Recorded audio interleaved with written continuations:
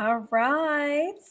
Hello, everybody. It is Tasha K with Goddess Day, and I am bringing you another live podcast experience.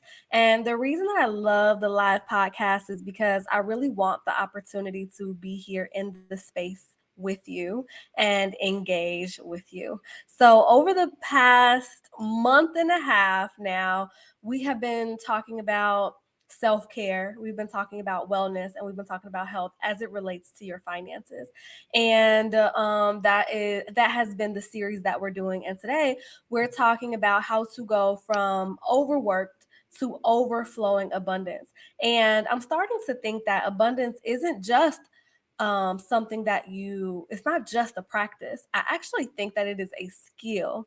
And thinking about it that way is there's a level of mastery that you want to get to, not perfection, not like you're ever going to get to the top of the mountain, but you want to approach it like a skill that you're learning. And when you do that, I think it opens up so many more spaces for you to go through and grow through as you're learning how to become more and more abundant. And I cannot wait to get into that more and more and more.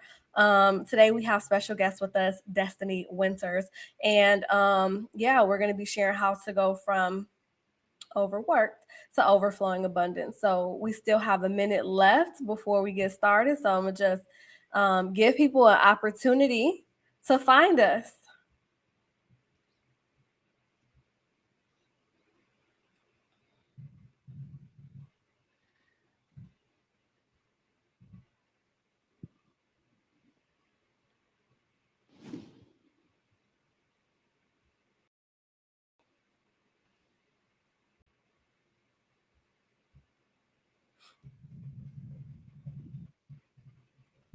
All right, it looks like everything is working.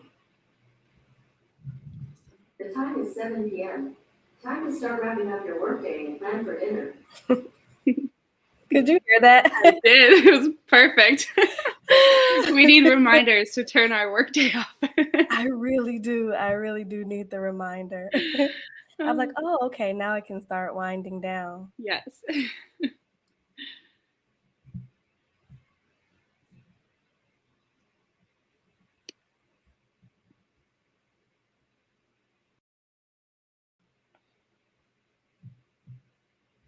Just want to look and make sure that it is working everywhere.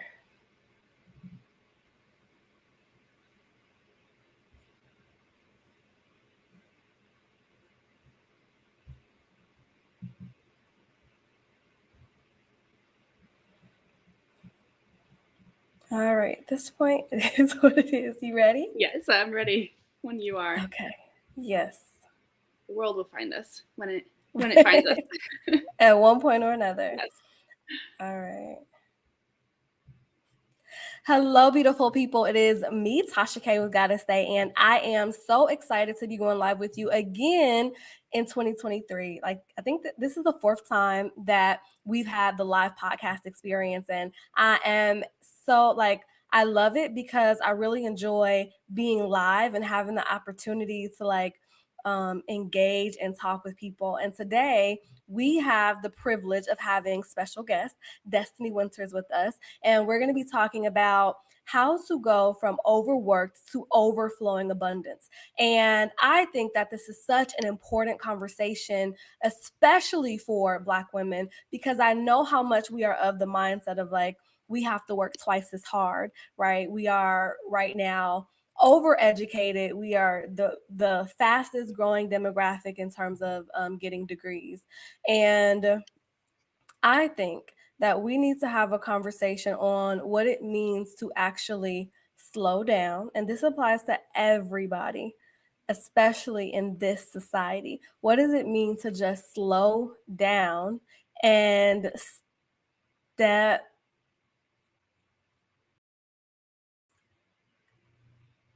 I lost you for a second. I was like, oh. What happened? Okay, you're back. So we're going to be talking about what it means to slow down and figure out how to step into your abundance that way.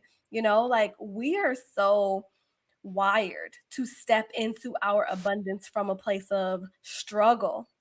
But what would it actually look like if we were to rewire what we thought was necessary? What if we didn't think that the struggle or the grind was necessary? What if we thought that rest, relaxation, and groundedness were necessary in order to achieve financial freedom? What would that make available to you? So, welcome to everybody who is joining us on Instagram. Welcome to those who are joining us on Facebook. Hello to everybody who is over on LinkedIn. And whether you are watching us live or watching the replay, I want you to be plugged in and engaged, because just because you're not live with us, that does not mean you are free from vibing with us, because you are absolutely not. So, Destiny, thank you so much for being here. And to start it off, I would love to know, why do you think that this is an important conversation? Yes. Well, I honestly just want to start by saying that the idea and concept of slowing down is in and of itself a privilege. And I think it's still necessary to talk about in all spaces, because your body needs moments of calm throughout the day in order to lower cortisol, to make better decisions, to make more aligned decisions.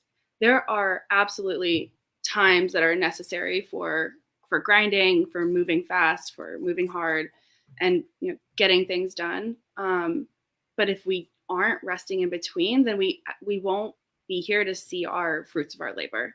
Whether that's because we're literally burnt out and have developed some kind of chronic condition, a chronic illness, chronic pain, or we're just miserable.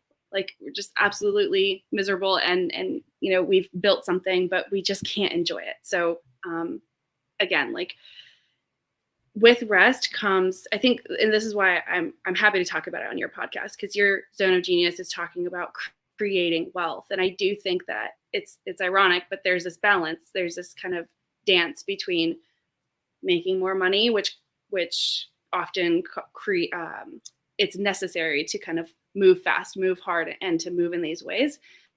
But then we have to slow down, and you need a safety net in order to be able to do that. So I just want to start the conversation there. So many good things to discuss there. But before we do, I know that you guys are probably wondering, who is Destiny? So, Destiny is a mental health therapist in private practice in Atlanta, Georgia, with me. And she specializes in helping people with chronic physical health conditions find joy in their relationships, which is so awesome.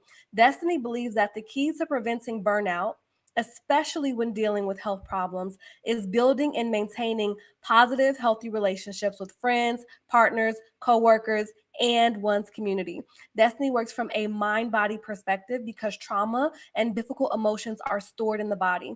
She helps clients connect to themselves so they can keep showing up for the ones they love. Destiny believes in the power of self-healing, understanding that healing is only possible when we build a loving, supportive community through gentle but assertive communication, boundaries, and flexibility. So, Destiny, thank you again for being with us. There's so much to unpack just within that right there in and of itself. And I want to start off with asking, um, what are some of the ways that you think it's important for us to try to prevent burnout? Yes. So what comes to mind first is Maslow's hierarchy of needs. Have you seen this concept or talked about it at all on this podcast? No, not on the podcast. Okay. So Maslow's hierarchy of needs is basically this kind of, and there's, like every theory, there's lots of good that comes from it, and then there's also, you can pick out flaws and things that aren't exactly correct. But at the bottom of the pyramid of Maslow's hierarchy is your basic survival needs: food, warmth, shelter, and then we move up into belonging and eventually get to self-actualization. When it comes to preventing burnout, we have to have those basic needs met, because we can't really consider much else if we're hungry or if we are unclothed or unhoused.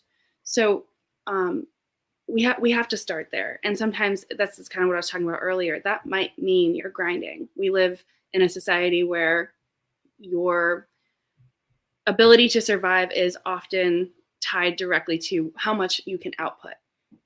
And that's not, there's a lot that should be changed there, but that's where we're at right now. So we have to make sure we have our basic needs. Now, the problem is when we do have our basic needs met, we often stay stuck in that mindset because fight or flight, and again, trauma stored in the body. And so if you are constantly in fight or flight to keep yourself safe, to keep yourself alive, even when you've reached that level of safety, your nervous system has now been wired to believe that at any point in time, like, you need to make sure you can still remember these skills of survival, and just don't forget it. You can't let it go. So when you're learning how to figure out what's happening in your body and really learn how to kind of move up Maslow's hierarchy, so you've made an income, you're logically, you're allowed to kind of move into these next phases of belonging and community and things that are for some people considered a luxury. You have to be able to, you're always going to keep that survival somewhere inside of you. Like, that's not going to go away. And so that's kind of step one, is just knowing that that's not going to go away. Even if it feels, your body starts to feel unsafe, you start to feel anxious. Some people even start to feel more depressed once they're out of that survival mode for lots of different reasons. One, because now your mind is able to process it, right? So before you weren't able to process it, you were too busy. So again, in preventing burnout, it's a mix of making sure our survival needs are met, and then also working a little bit on the mindset and creating safety in your body as well. Not just your thoughts, but we have to figure out how to create safety in our emotional well-being. And we'll go over some ways to do that today. So that was a lot. And I'm just sitting here really taking it all in and, taking it back to what it is to try to prevent burnout and looking at the hierarchy of needs, Maslow's hierarchy of needs. Yes, the theory might not be perfect. And what I really want to impress upon those who are listening is that every theory doesn't have to be perfect. You just take the meat and leave the bones. Like, take what's going to give you an informed understanding of what could possibly be contributing to this experience that you're having. And if it works, it works. And if it doesn't, it doesn't. But what I like about it is that sometimes we get so caught up in the entire world of what we want, right? Like, we want our basic needs met, but we also want so much more that is beyond that. And what this is reminding me is that before we can start to focus on being a millionaire, which you see everywhere you look, learn how to have 6-figure months, learn how to become a millionaire in 30 days. And, before we even start thinking about those things, we really want to focus on having those basic things taken care of with some level of consistency and reliability. And while we're trying to pursue our ultimate goals without that foundation being met, we may actually be causing ourselves more stress, more anguish, and more illness. So, it is awesome to have your dreams and to have your vision board and to have your goals, but looking at what is most important, we always want to start, or I invite you to consider that you might want to start with the basic needs. It might not be sexy. It might not be the thing that everybody is talking about on Instagram or TikTok, but it is the thing that is going to allow you to have a foundation for healing in which abundance can come in. Yes. So yeah, that's the first thing from what you said. Go ahead. Absolutely. Yeah. Because I really think that all of this happens in community. And if you're just focused on this end goal, like your vision board goal, one, I think you're still using your fight or flight responses from being in survival mode. So you're only thinking about, like, how do I just get to the next step? Again, if you're fighting for, like, you're living paycheck to paycheck, you don't know, like, how much food you're going to be able to bring onto the table this particular week. you really can't think about much else other than, okay, how do I make that happen? How do I make that happen? But everything else falls by the wayside. So again, when you get out of that and then you move into, okay, here's my vision board, and you're only thinking about that one single thing up there at the top, you forget about your community, you forget about self-care, you forget about the basics that are important. And I think this is why a lot of people win the lottery and then they find themselves, 4 years later in the exact same position. So honestly, the key to preventing burnout is like get 8 hours of sleep and eat 3 meals a day and drink your water, eat your fruits and We don't vegetables. want to hear that, Destiny. We really don't I want to know hear it. that. I Like, know. It's not sexy. It's not. seriously? That is so simple, but it is so hard. And as somebody who I think I've been in fight or flight since I was 5, truly, consistently, chronically. And in this spirit of I need to achieve something, I want to be successful, I want to accomplish, and having that be ongoing. But as I got older, becoming more and more present to the survival mechanism that is constantly running me. It's almost like I have no control, and the survival mechanism is like, it's not me just saying, oh, I want to be successful from a place of, maybe curiosity or a place of excitement. It's literally just, I want to survive. And to me, survival looks like continuously being on the wheel of achievement. And so I want to know, this might sound like a weird question, but how do we reposition things that like might seem basic, like community, getting 8 hours of sleep, making sure that you eat, when you have this carrot that's dangling in front of you and it seems like the most important thing for your happiness? And the reason, and I know that I have sacrificed each one of those things at some point in my life. I have sacrificed eating. I have sacrificed my community. I can't even tell you how many relationships have failed by the wayside because I was so focused on working. I continue to sacrifice 8 hours of sleep. And deep down, there's a place where we know better, right? We get older and our body starts to tell us, whether we know better or not, our body begins to tell us, like, ma'am, mm-mm, mm-mm. But we still want to do it because it feels like we need to do it. What would you say to that? Yeah. So when you start to try to make changes like this, and go back to the basics and let go of some of that energy that has been driving you your whole life, a lot of things happen. Fear pops up, anxiety pops up, depression can pop up, anger can pop up, lots of things that have been historically just repressed for not only for it's mostly for Black women, but for all of us as well. I want to tell you a story of where this kind of came from in the industrialized kind of from a perspective of the Industrial Revolution. So pre-Industrial Revolution, it was actually commonplace to be able to cry in public. Men, women, it was commonplace. What? And so, yes. And so it was after kind of like when factories and these machines, we were supposed to work as efficiently as machines. And when people would cry in the work setting, which was totally normal and commonplace, people would rally around the person crying, as any reasonable person should do, to come and comfort the crier.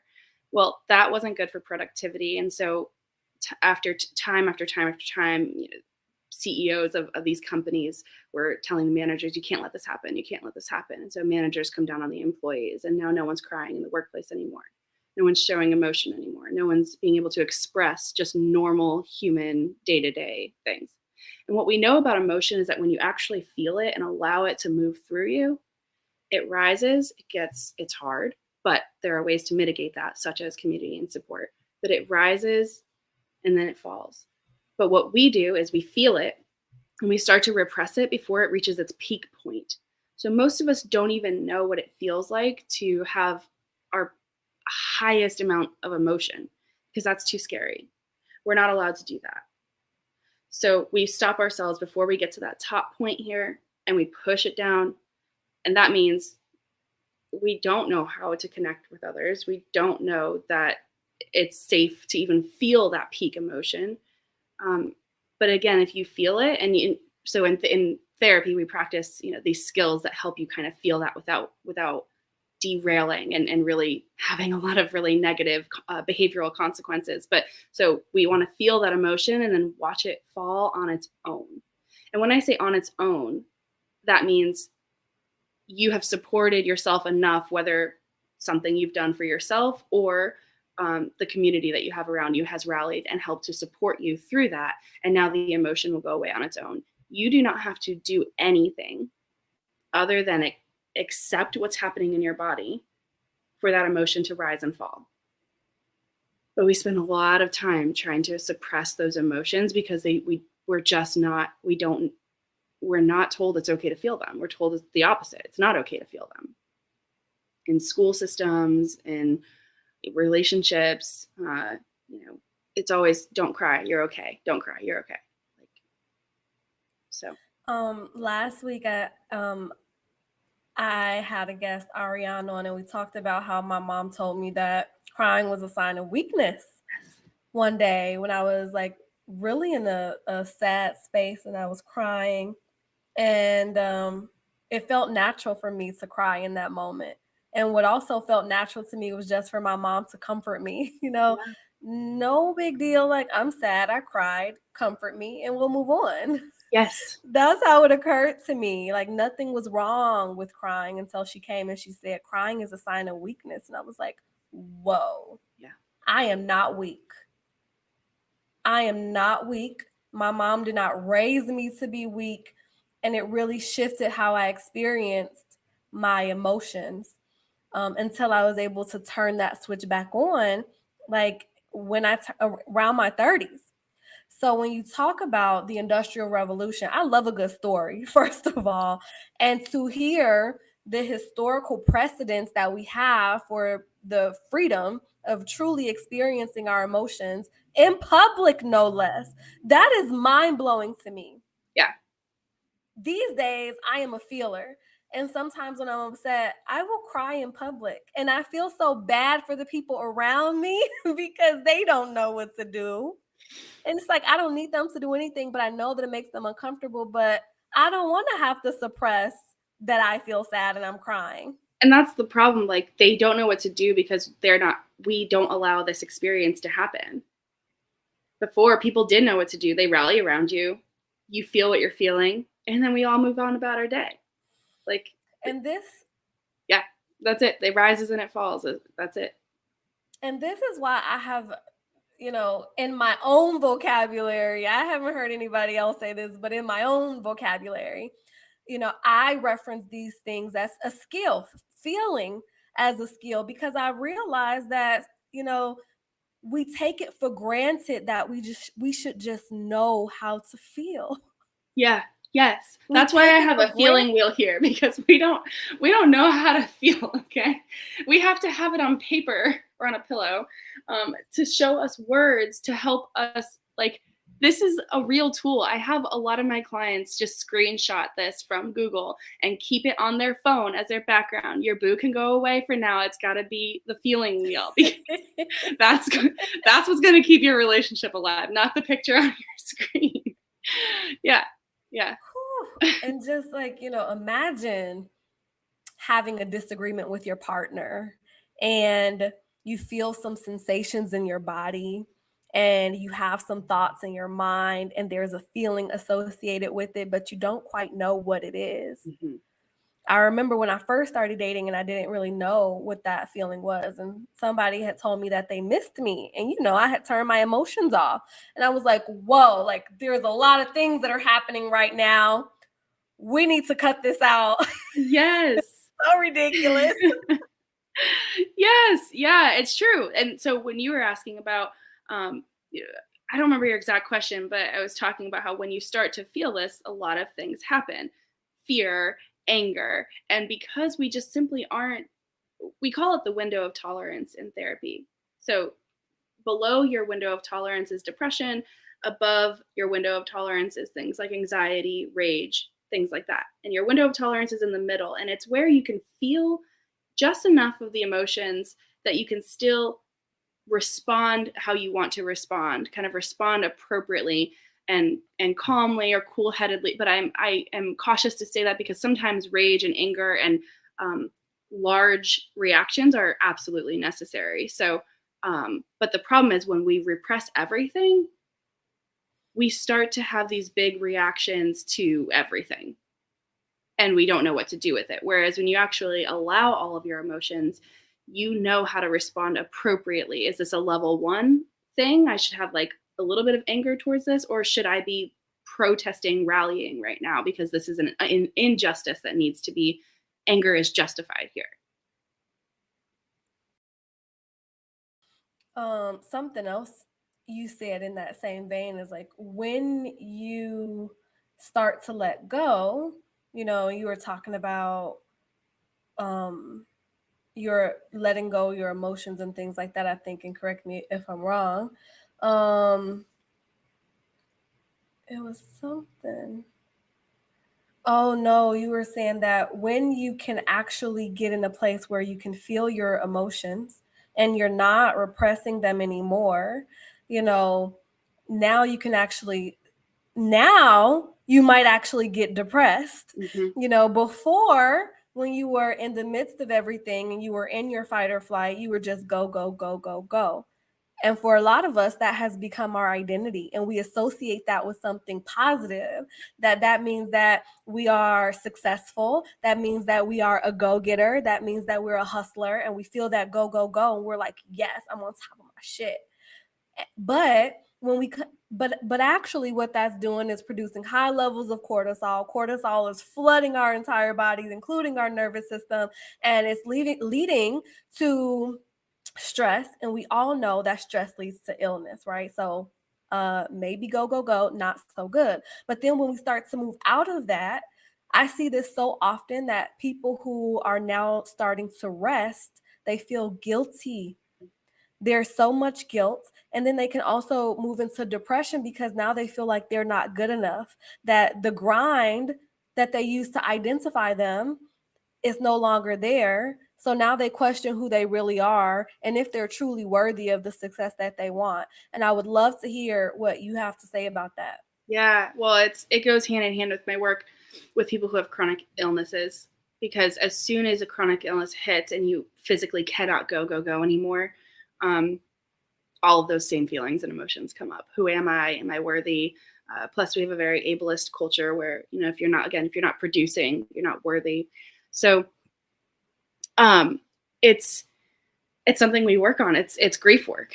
It's, if you can't find a therapist who specializes in exactly what it is, kind of the exact issue you're looking for, find a grief therapist, someone who specializes in grief, because that's what grief is all about. Just feeling the things that are coming up because of a loss. So in your example of being just go, go, go, and now I'm going to try to kind of slow down, all these feelings are going to pop up. And yeah, one of the feelings that's going to pop up is like, am I worthy? Because you've built your identity on being the person who can take care of it all, who can never stop running. But that is a strong recipe for burnout. And it's the model created by like the old white men. That's what our country was built on, was pull yourself up by your bootstraps. So just for some perspective there, like when you're living in that, whose identity are you really taking on? Whoa. So, Oh my God. I love it when I have these moments because I could see that just in a moment, something in me just forever changed, because it's very easy for me to pick up the mantle of um, grind culture and hustle culture. And I can pick up that mantle as a part of my achieving identity, as something that is necessary for me to like lift myself up and, provide for my family and, move my community, advance my community to new levels and new heights and all those things. But you bring up a really good question, which is whose identity am I really operating in when I view success and achievement through that lens? And am I really going to be able to achieve whatever it is I'm looking for in a system that was never really meant for my achievement? It was just meant for my work. and my productivity. And I keep thinking that, okay, eventually productivity and work is going to mean abundance. But that's not actually how it is, and it's intended that way. So when you put it like that, one of the things that I wrote down is that burnout is not an accident, right? It's actually just simply a byproduct from the way things are. It is a natural byproduct of the society that we live in. It's not some when you feel the sense of burnout and all of the things that come with that, it is not that something is wrong with you. It is actually that something is very, very right with you. And everything in your being understands that the way that you are operating is not okay. And it was never intended for you to operate like that. So a lot of times I think when we're experiencing these slowdown moments, we're like, oh my gosh, like something is wrong with me. It's like, no, your body is operating just as it should and just as you would expect it to in these types of crazy conditions. That's exactly right. You got it. It's, the definition of abundance is to have more than you need. So I think even within that definition, what do we do with that? If I have more than I need, what does that mean for me? If I have more food than I need, well, I'm safe. But what does the excess mean? What do I do with that? Do I give it away? Do I freeze it and store it for another time? If I have more money than I need, what do I do with that? If I give it away, do I think of that as giving a handout and know someone else needs to work just as hard as me to get their money because this is how I got it? Or so just, yeah, as I was kind of prepping for this show, I really let me look at the actual definition of abundance. It's to have more than you need. So what are we really working for? Are we working? Yeah. I saw that in your notes, and you put the definition of abundance in there, and I was like, okay, I see you challenging the whole entire premise of our conversation today, and I absolutely love that, because sometimes we just get caught up in being a cog in the society. It's like there's a part where we are trying to figure out how to just live our lives inside of the society, and not always figuring out how do we dismantle something, but at the same time, we know that doesn't work. And so we're also thinking about how do we create something new? And so we have this double consciousness where both of these two things are living side by side. And one of the things I always say is that we don't want to be like the old white men who created the system, right? We might be playing this game, but hopefully the intention is to eventually be able to change the rules of the game. And so I really like where you're going, because we should start asking the question, what is abundance? And maybe it's the case that as we are chasing abundance, that's just nothing more than a spirit of scarcity. It's the spirit of scarcity where it's like, I need more than enough. I need more than enough. Right. If I don't have more than enough, something's going to be wrong. Eventually I'm going to starve. Eventually I'm not going to have enough. And then that person is going to do something to me. So thank you for that additional layer to be able to look at this.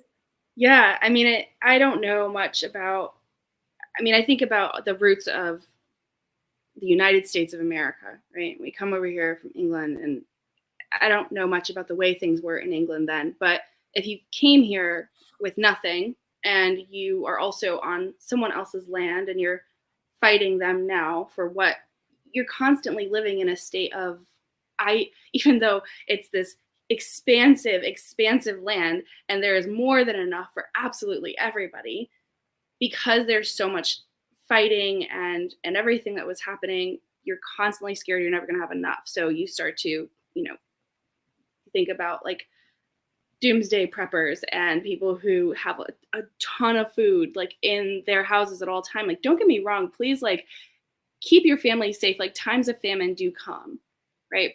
But again, like, how far do we take that? And when do you start to give from what you've been taking? Yeah. So my next question for you, given the disruption that you brought to this conversation, is what do you think is a healthy idea of productivity or a healthy idea of wealth and legacy?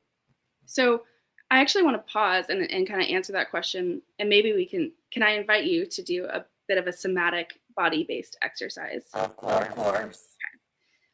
If this brings up any emotion for anybody that's listening, um, we're not scared of emotion. However, we also want to make sure that you are safe and that you have support to kind of go through these emotions. So feel free to pause or distract or do what you need to do to just feel safe right now, because I don't know anyone listening, and so I don't know your particular circumstances. Um, so I want you to, if you're willing to, close your eyes and just kind of start to see where your attention is drawn to in your body. It can be in sometimes it's your thoughts or your eyes, your head. Maybe there's some sensations in your body. You want me to share or just feel it? I would say let's just feel it. Yeah. Because sometimes when we start to talk, it will detract from the actual feeling. So this will be kind of slow, and that might be uncomfortable in and of itself, but stick with me. So just feel what's happening and we're just noticing. We're not trying to change anything. We're just kind of noticing what's there. You might notice some warmth, some kind of temperature, some tightness, or some expansion in certain areas. As your eyes are closed, if you're a visual person, you might have images popping up or colors. Just notice.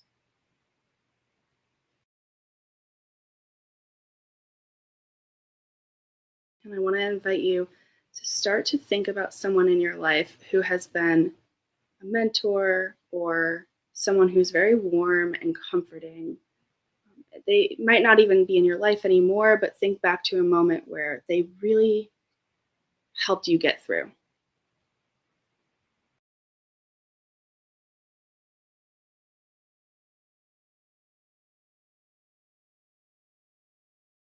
Think about their hair color and style of their clothes, the color of their eyes, how big their smile is.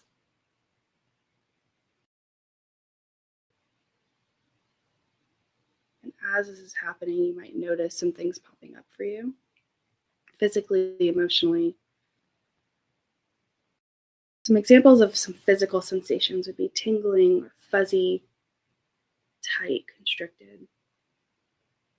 All feelings are normal, natural, and neutral. Just imagine this person who really provided something of value to you in a really connected way. Again, a mentor, a teacher, a parent, an aunt.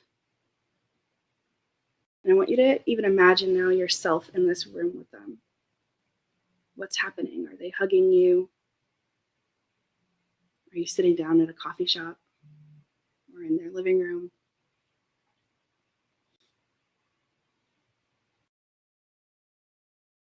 And if you allow yourself to think about people and community, who would you want to invite to this conversation?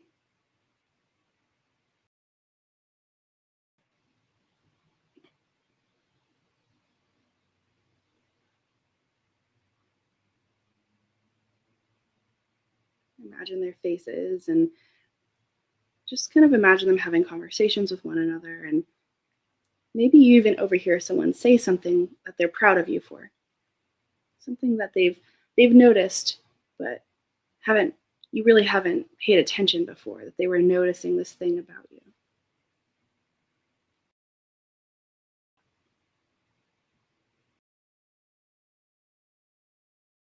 You kind of take a look around and your community is here with you, and you just have this desire to give.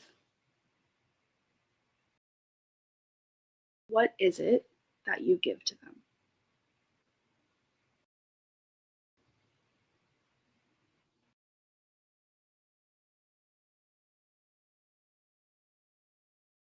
Food or love or time or money, an item. pay attention to what's happening in your body sensation-wise.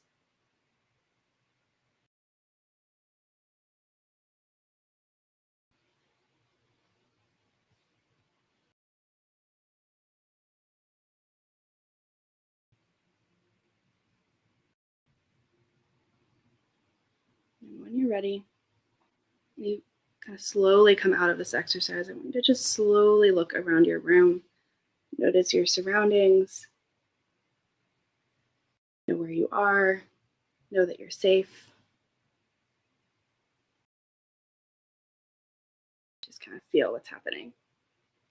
And if you want to share, Tasha, you're more than welcome to, but you also don't have to. Share what? Anything that feels relevant. It could either be, what did you decide to give to these people, or maybe a feeling that you had that you didn't expect. So instantly I noticed that where my attention was drawn was to my chest, and that I could feel some tightness there.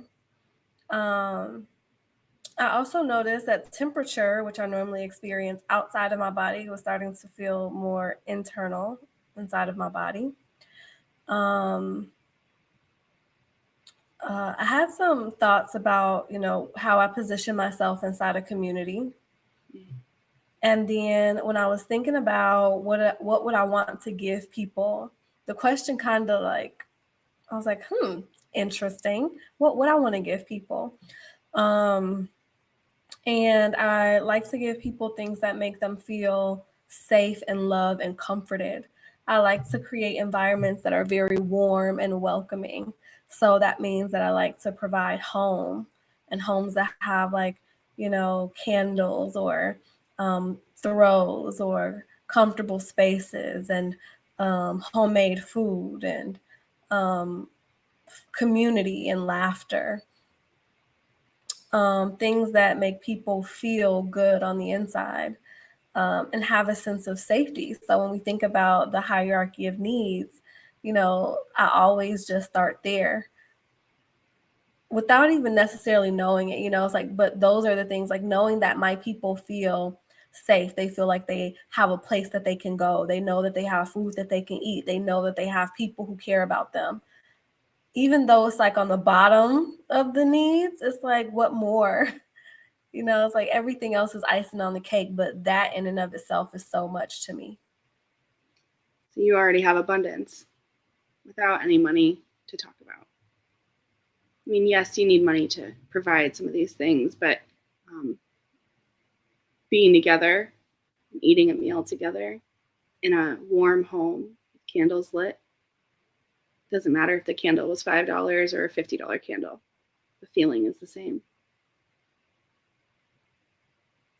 That feeling that we have when we're practicing some of these visualizations or somatic awareness. Somatic just means body.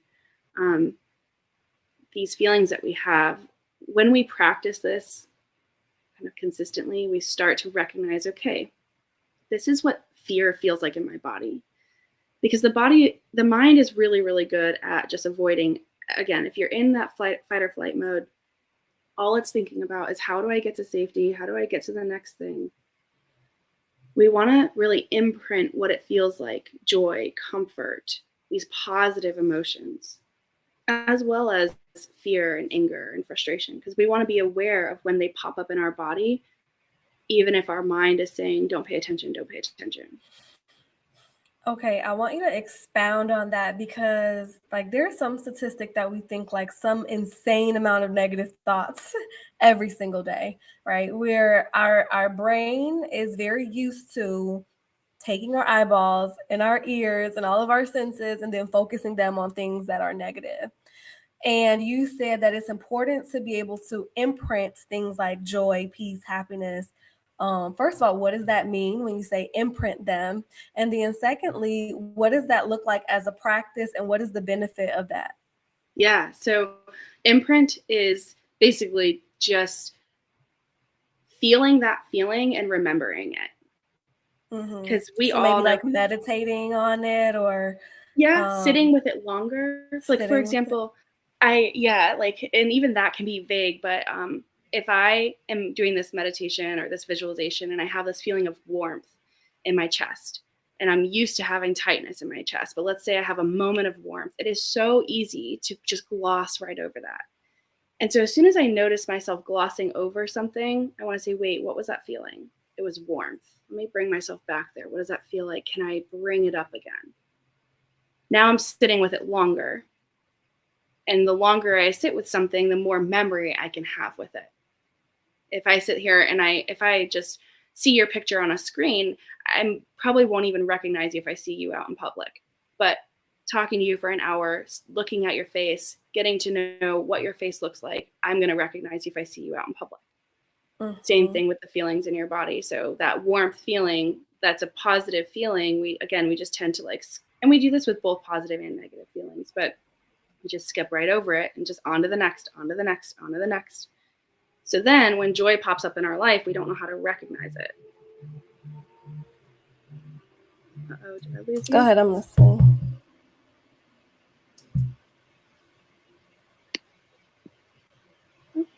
Okay.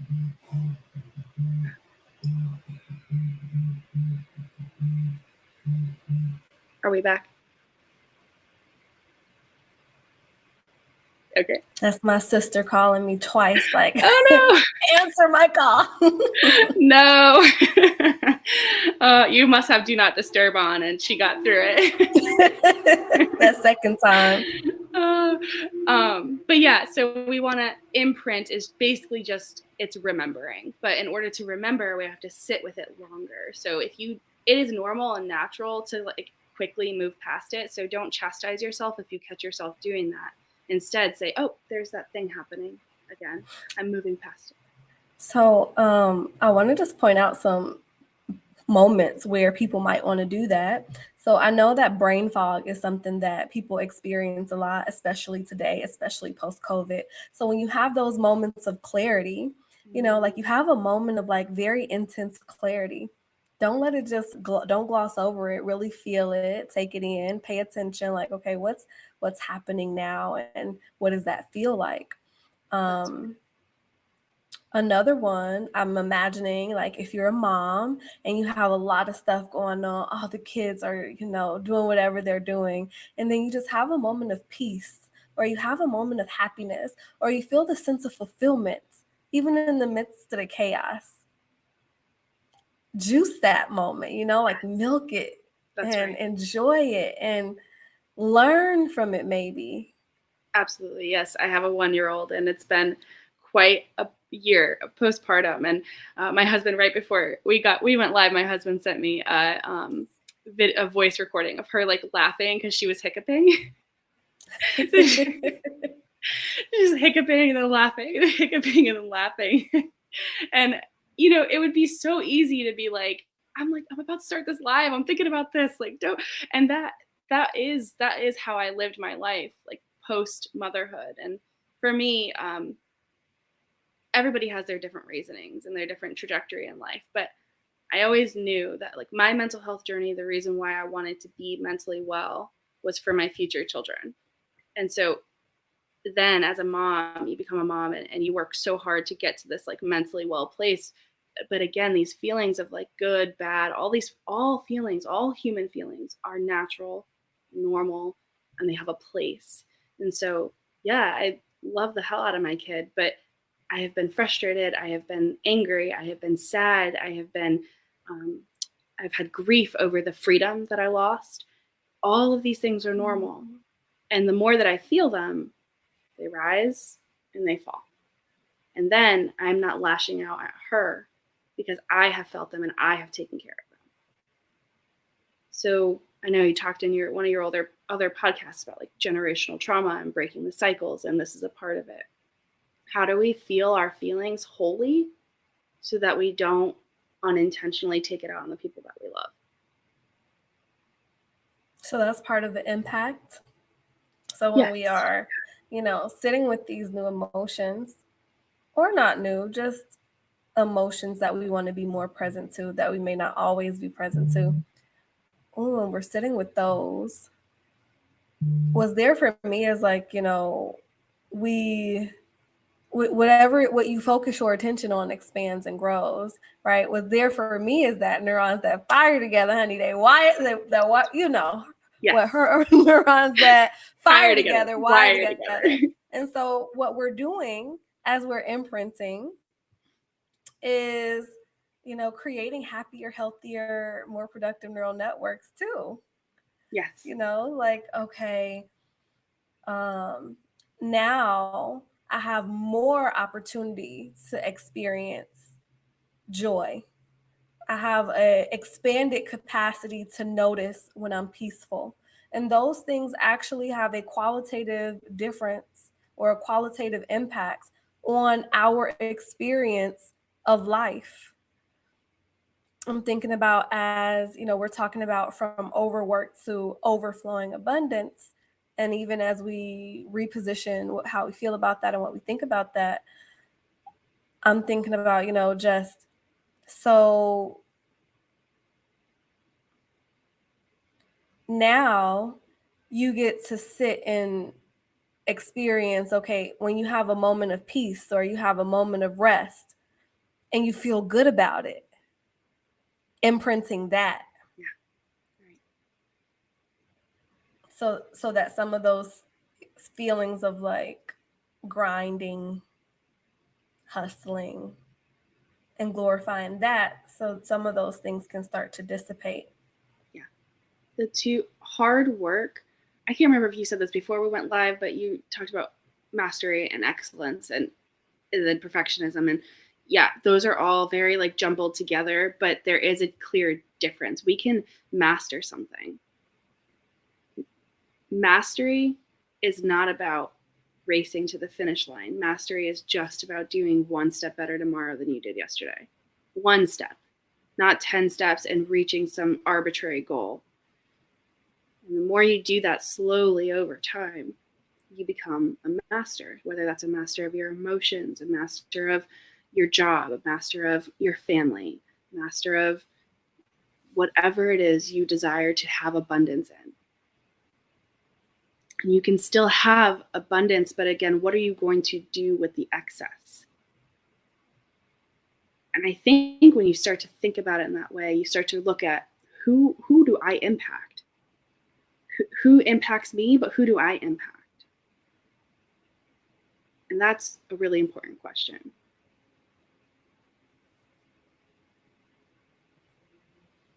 Yeah, and as I think about what does it look like to move from overworked, you know, when I think about overflowing, it's not the excess that immediately stands out to me. You know, it is the fullness, you know, like the fullness, the fulfillment. And when I think about all the places that our conversation has gone today, and I'm talking slow because I'm just really processing it in the moment. But when I think about that, it's like the first thing that we want to do is just let go of the mantle of having to overproduce, having to overwork. And not as something that we just say, because yeah, we're talking about self-care and, you know, all these self things, self-love. But when you look at it, you know, it's like going to get a pedicure, going to get your nails done, going on a shopping spree. And it's like, okay, we're getting somewhere. But what about what's happening inside of our bodies and like taking care of that? Yeah. So what pathway do you see, Destiny, for going from overworked to overflowing abundance? With the caveat that we're talking to people who their basic needs are met. Or what if they're not? I think it's a different conversation, you know? I think we have to be really careful in our conversations, because, you know, we talk a lot about like in marketing, like niche populations, right? Who's your niche and who's your target audience and your target market. I think the reason we do that is because my message might resonate solely with somebody who is in the spaces that my advice has something to really, really give and offer. You cannot be everything to everyone in any capacity. So we want to bring accessibility into all of these conversations, but I also think that when we're talking about it, we have to choose. We can talk about both, and we can talk about the Venn diagram of it, like what applies to everyone, but then what also is different. I just think that's important.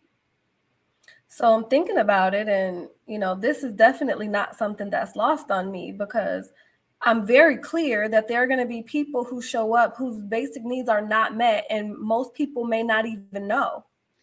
The people around, I'm very clear that there are people who we think their basic needs are met and they are not.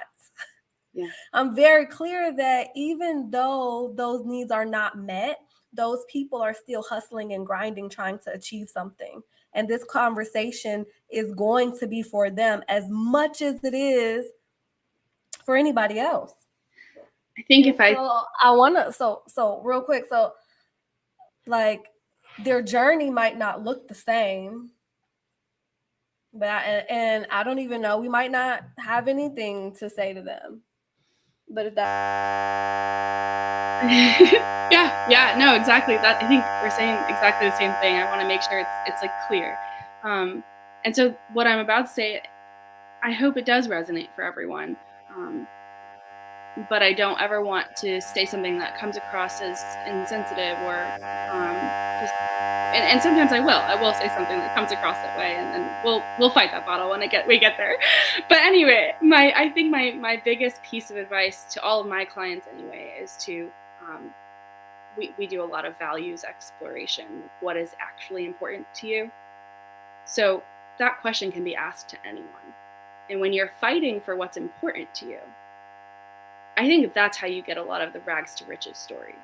I think like rags to riches is a very overused trope in our society, but when you focus on what you value and what is important to you, and you're constantly reflecting on that, everything else starts to fall into place. Because if your family is the most important thing to you, and you are working 80-hour weeks, living paycheck to paycheck, doing everything you can to just keep the heat on and food on the table, still you're doing this for if your value is family, you're going to rest easier at night than if you're just doing this for you don't even know why. You don't know why you're doing this.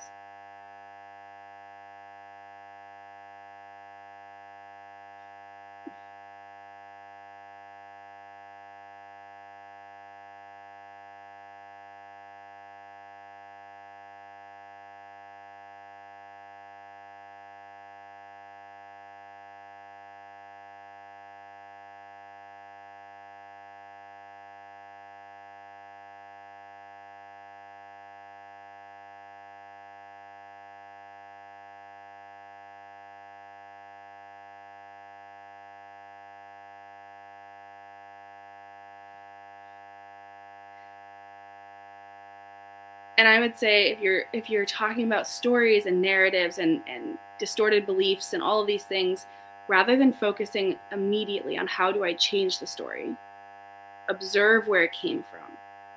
Focus on where it came from and how it has affected you before you start to dig into changing it. We have to learn how to sit still and observe more. I think this goes with the whole grind mentality, but we just want to do, and we just have to learn to kind of. Einstein said, if I had an hour to solve every problem, I would spend 55 minutes of it looking at the problem and 5 minutes thinking about solutions.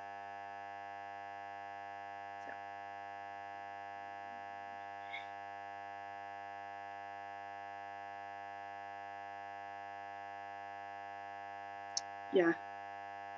Yeah.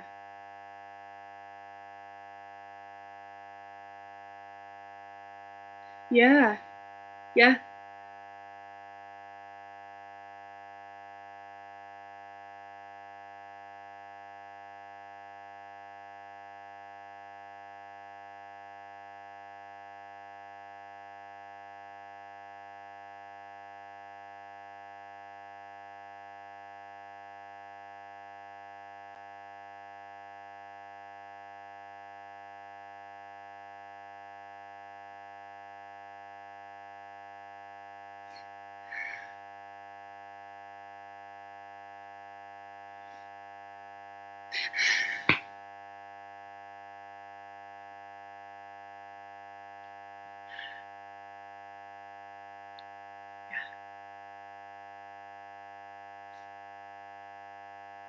Yeah.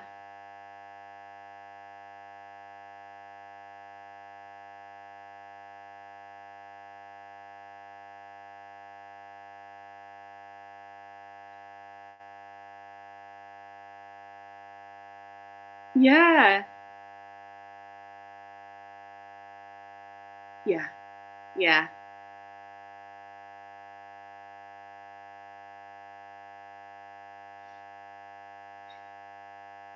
Yeah. What do you think about those stories now?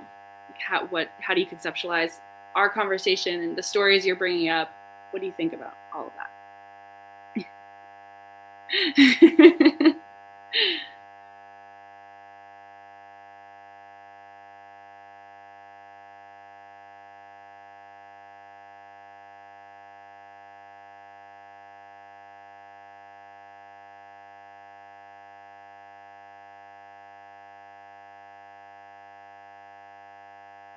Mm.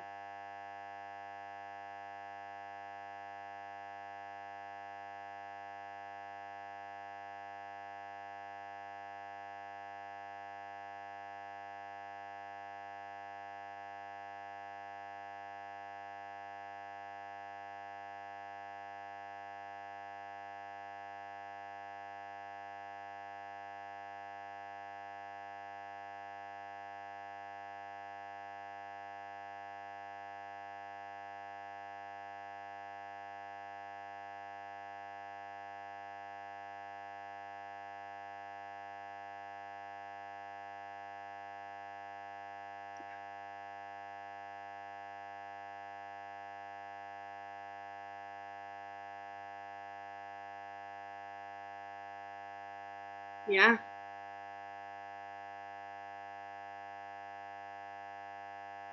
Mm.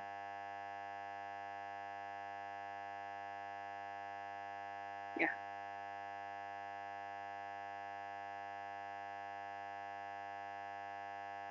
Yeah. It was great though. I think so. Yeah. You kept me on track.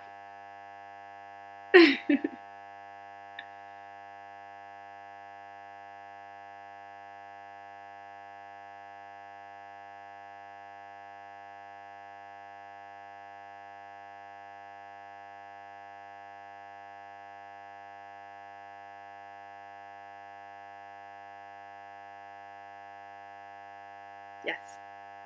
Yes.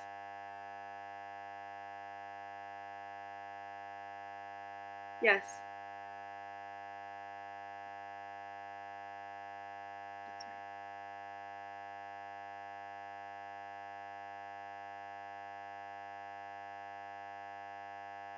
Yeah.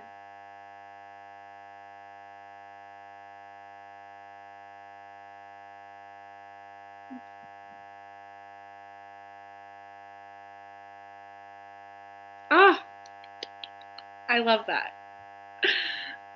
It's it's clear. It is clear you've been doing a lot of work. Like the way that you talk. Also, I watched your like free video on your website. Did you come up with those four categories, or are those from something? Um, they're brilliant. They're brilliant. Let me tell you, my husband, he's like total like economy guy. He knows all. I look, sorry, finance not my thing. His, yes. Um, and I have, yeah. We look at finance as completely different.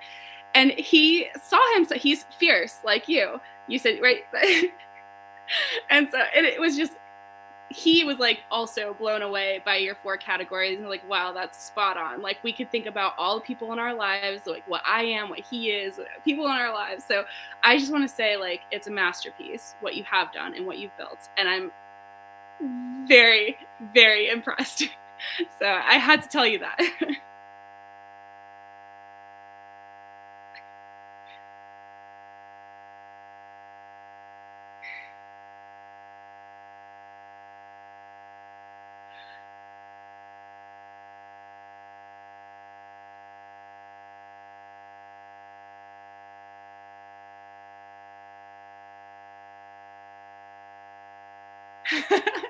Well, you need to go on Oprah and share all of this. So you're welcome. Don't be scared of your emotions. Actually, no, that's not my advice. My advice is to be scared and to do it anyway. It's going to be scary. It's going to be hard, but just rally the people around you who are safe, lean into them, and feel what you have to feel to move on to the next level, because that's how we're going to get there without burning out.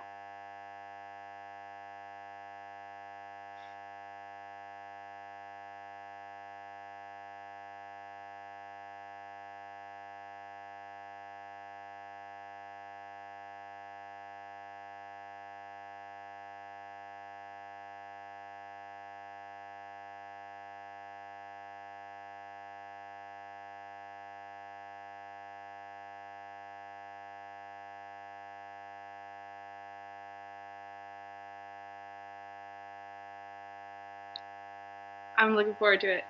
Bye. Bye-bye.